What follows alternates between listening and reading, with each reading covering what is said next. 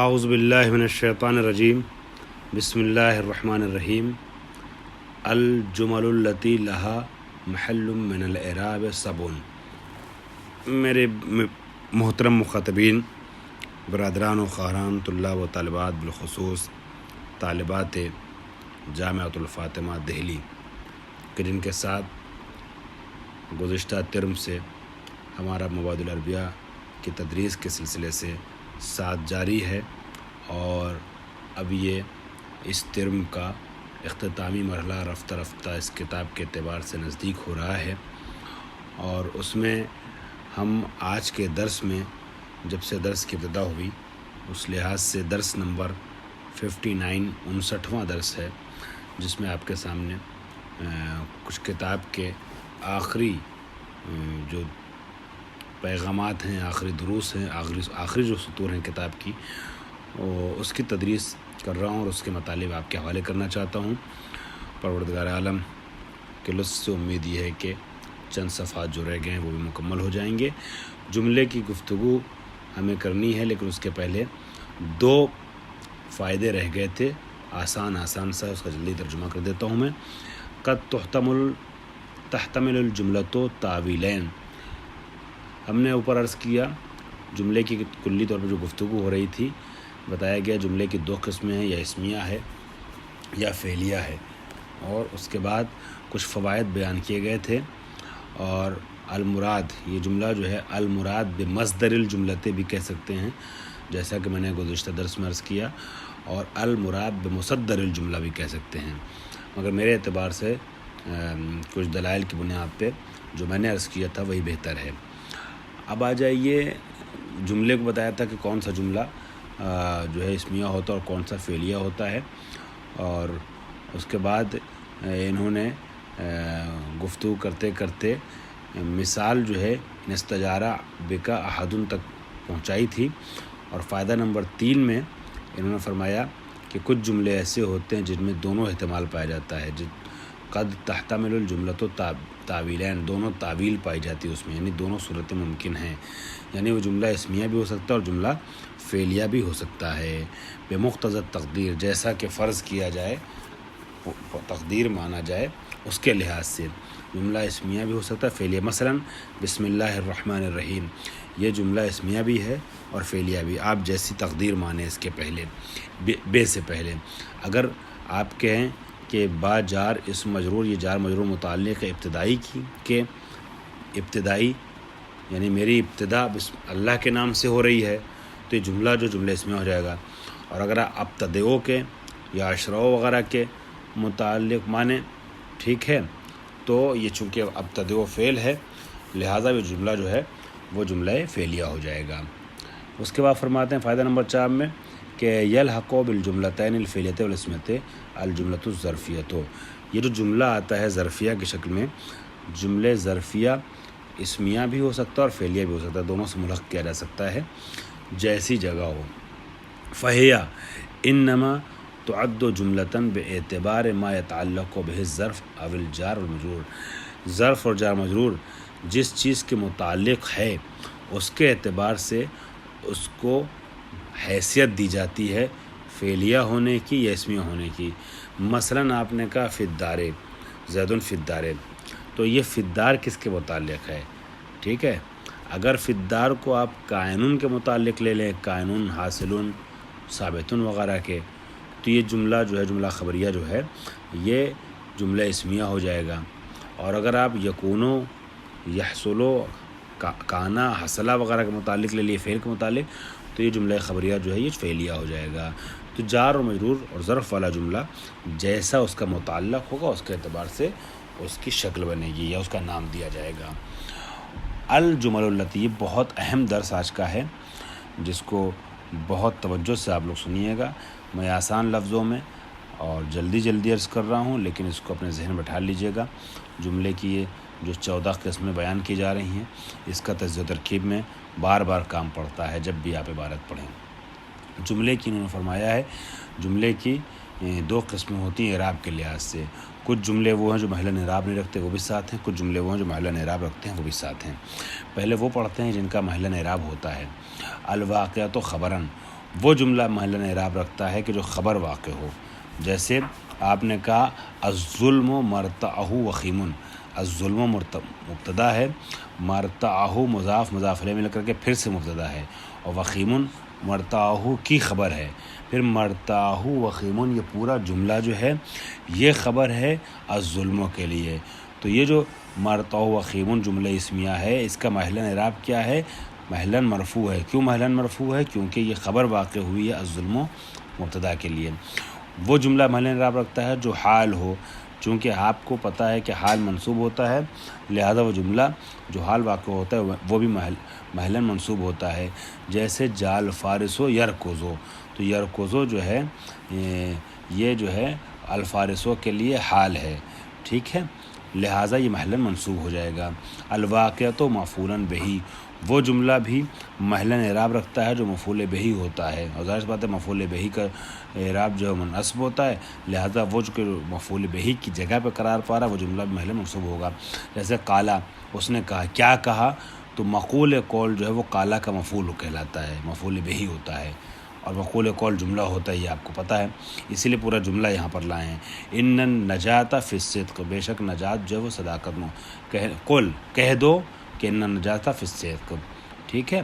تو قل کا مقول ہے یہ، یعنی مفعول ہے، اور جب مفعول ہو گیا تو محلاً منصوب ہے. اس کے بعد پھر الواقعۃ مضافاً الیہا، وہ جملہ بھی محلاً اعراب رکھتا ہے جو مضاف الیہ واقع ہو، چونکہ اضافت جر کی متقاضی ہوتی ہے، مضاف جر کا متقاضی ہوتا ہے، تو جو مضاف الیہ مجرور ہوگا. جیسے اسافر یوم ہوا مسافرون، یوم مضاف ہے، ہوا مسافرون یہ مبتدا خبر مل کر کے یوم کے لیے مضاف الیہ واقع ہو رہا ہے، لہٰذا یہ جو جملہ ہے ہوا مسافرون یہ محلاً مجرور ہو جائے گا مضاف الیہ ہونے کی وجہ سے. التابعۃ لمفردین، وہ جملہ بھی اعراب رکھتا ہے کہ جو مفرد کا تابع ہو، جیسی ضرورت ہوتی ہے، جیسی جگہ ہوتی ہے، اس کے اعتبار سے اس کو اعراب دیا جاتا ہے. کہنے کا مقصد یہ ہے کہ صفت یا نعت بن کر کے وہ جملہ جو ہے وہ اعراب رکھتا ہے. مثلاً کہا گیا جاء رجل، ٹھیک ہے، تو یہ رجل، جاء رجل یتصدقو، وہ شخص آیا کہ جو صدقہ دیتا ہے، جو خیرات دیتا ہے، ٹھیک. تو یہ رجل کی صفت ہے، رجل ایسا انسان آیا کہ جو یہ کام کرتا ہے، یہ محلاً جو ہے وہی اعراب پائے گا کہ جو رجل کا اعراب ہے. رجل کیونکہ، یا مثلا آپ کہیں رأیت رجلا یتصدقو، تو یتصدقو محلاً منصوب ہو جائے گا، مگر یہاں پر چونکہ رجل مرفوع ہے لہذا یہ بھی محلاً مرفوع رہے گا. یا مررتو برجل یتصدقو اگر ہے تو یہی یتصدقو محلاً مجرور ہو جائے گا صفت ہونے کی بنیاد پر. تو جیسا موصوف ہے ویسا اس کا اعراب ہوگا. اس کے بعد التابعۃ لجملۃ لہا محلون، وہ جملہ بھی محلاً اعراب رکھتا ہے کہ جو تابع ہو کسی ایسے جملے کا کہ جو جملہ محلاً اعراب رکھتا ہے.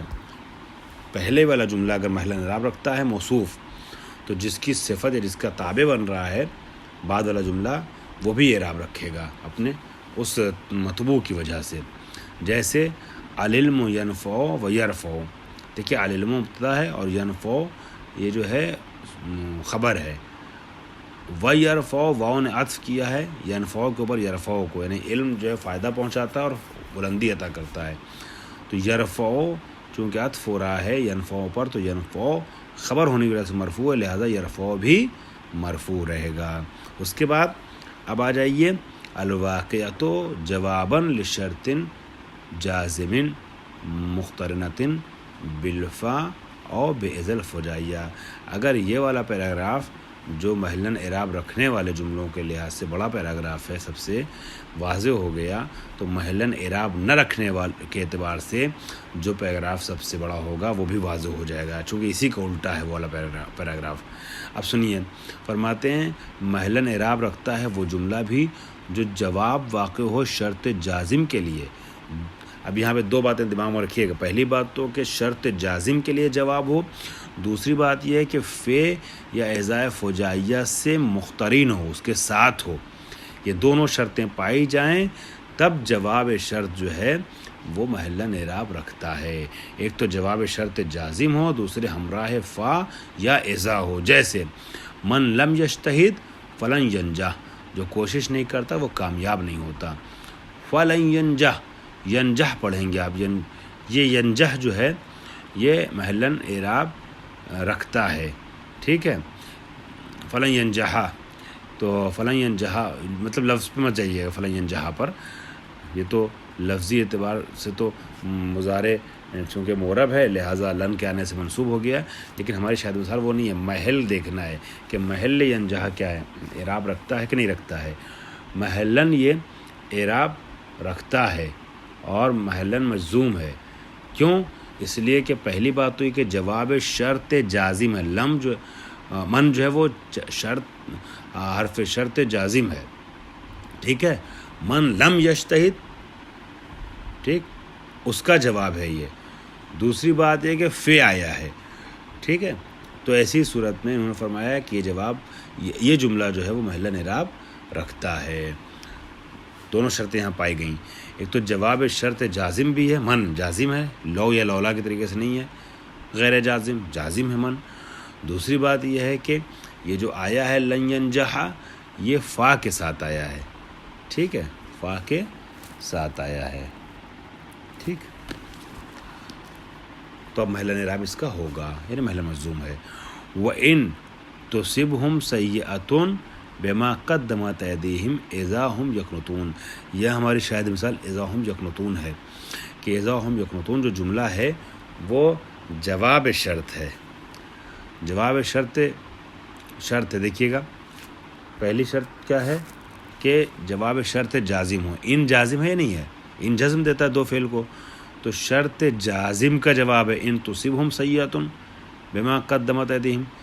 اگر وہ دیکھیں گے برائی کو اس چیز کے نتیجے میں جو انہوں نے بھیجا ہے، یعنی اپنے عمل قبیح کے نتیجے میں جب برا پائیں گے تو اذا ہم یقنطون، تو اچانک وہ لوگ جو ہیں ناگہاں وہ لوگ مایوس ہو جائیں گے.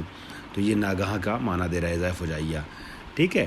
ایک تو شرط جازم کا جواب ہے، دوسرے اضافہ فجائیہ کے ساتھ مقترن ہے، لہٰذا محلاً اعراب رکھتا ہے یہ.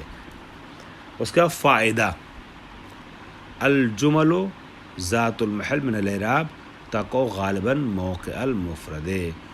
وہ جملے جو محلاً اعراب رکھتے ہیں وہ عام طور پر غالباً جو ہے موقعیت مفرد میں قرار پاتے ہیں. اس کی جگہ جو ایک طریقے سے مفرد والی ہے، جیسے السخی یعطی.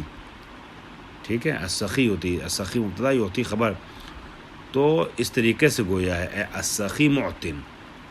یہ ایک طریقے سے قائم مقام مفرد ہے. ٹھیک ہے. بیٹھا ہے مفرد کی جگہ پر. وقی صلاح ہے. اسی طریقے سے آپ باقی جملوں کو بھی جوڑ سکتے ہیں. ٹھیک ہے. جیسے جال فارسو یرکزو، تو آپ کہہ سکتے ہیں جال فارسو راکزن یا راکبن. ٹھیک ہے. یا یتصدقو جو کہا تو جا رجل صادقن، یہ قرار پاتا ہے مفرد کی جگہ پر. اس کے بعد آ جائیے الجمل التی لا محل لها من الاعراب. وہ جملے کہ جس کا محل اعراب نہیں ہوتا ہے وہ بھی ساتھ ہیں. پہلا ابتدائیہ. ابتدائیہ کو آپ مستانفہ بھی کہہ سکتے ہیں. نحو نور الشمس لا یخفا، سورج کا جو نور ہے وہ چھپتا نہیں ہے. یہ جملہ چونکہ شروع میں بالکل آیا ہے یہ محل اعراب نہیں رکھتا ہے. معترضہ جو بیچ میں واقع ہو جاتا ہے دو چیزوں کے درمیان، اس کا ماقبل سے کوئی ربط نہیں رہتا ہے. ٹھیک ہے. جملے معترضہ پہ انہوں نے نیچے نمبر 3 میں لکھا ہے یجب ان تکون الجملۃ المعترضہ اجنبیۃ کما مثلنا. ضروری ہے کہ جملہ معترضہ جو ہے وہ اجنبی ہو، الگ سے جملہ ہو. جیسا کہ ہم نے مثال دی فَإِن لَمْ تَكُنْ كَذَلِكَ، اور اگر اجنبی نہ ہو، جیسے جا حاشیے میں ہے یہ لکھا ہوا، جیسے جا وَهُوَ راکب زید، تو امتنع اعتبارها معترضۃ. اگر اجنبی نہ ہو، ٹھیک ہے، تو اس کا معترضہ ماننا ممنوع ہے. تو جملہ جو ہے معترضہ ہو، معترضہ اسے کہتے ہیں جو دو ارکان کے بیچ میں آ گیا ہے اور اس سے ترکیبی اعتبار سے اس کا ربط نہیں ہے. جیسے مولانا رحمہ اللہ کان عادلاً، مولانا کان عادلاً تھا، یعنی ہمارے مولا عادل تھے. رحمہ اللہ جو ہے وہ بیچ میں جملے معترضہ ہے کہ اللہ ان کے اوپر رحمت نازل کرے. انشاءاللہ اگلے جملوں کو اگلے درس میں بیان کرتے ہیں. الحمدللہ رب العالمین.